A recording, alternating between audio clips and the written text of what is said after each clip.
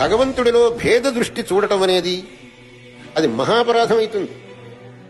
శివుడు వేరే, విష్ణువు వేరే, విష్ణువు కంటే శివుడు పెద్ద, శివుడి కంటే విష్ణువు పెద్ద అని అనుకోవటం మాత్రం చాలా పొరపాటు, అది మహాపరాధం. కర్మ విపాకం అనే గ్రంథం ఉంది.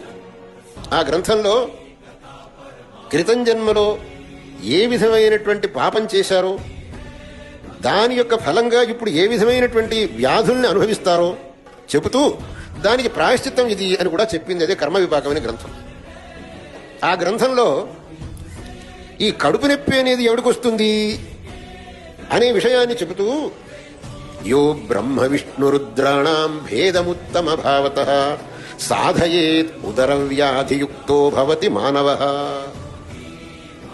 ఎవడైతే బ్రహ్మ విష్ణు రుద్రులలో ఈయన ఉత్తముడు, ఈయన ఉత్తముడు కాదు, ఈయన కంటే ఈయన పెద్ద, ఆయన కంటే ఈయన పెద్ద అని వాదిస్తాడో, సాధయేత్, కొంతమంది చాలా ఆగ్రహపూర్వకంగా కాదు కాదు విష్ణువే పెద్ద, కాదు కాదు శివుడే పెద్ద అని వాదిస్తుంటారు.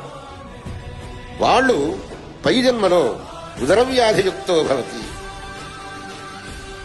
ఇది ఇవ్వండి, మీరు మేము చెప్పింది కాదు, ఋషులు చెప్పిన వాక్యం ఇది.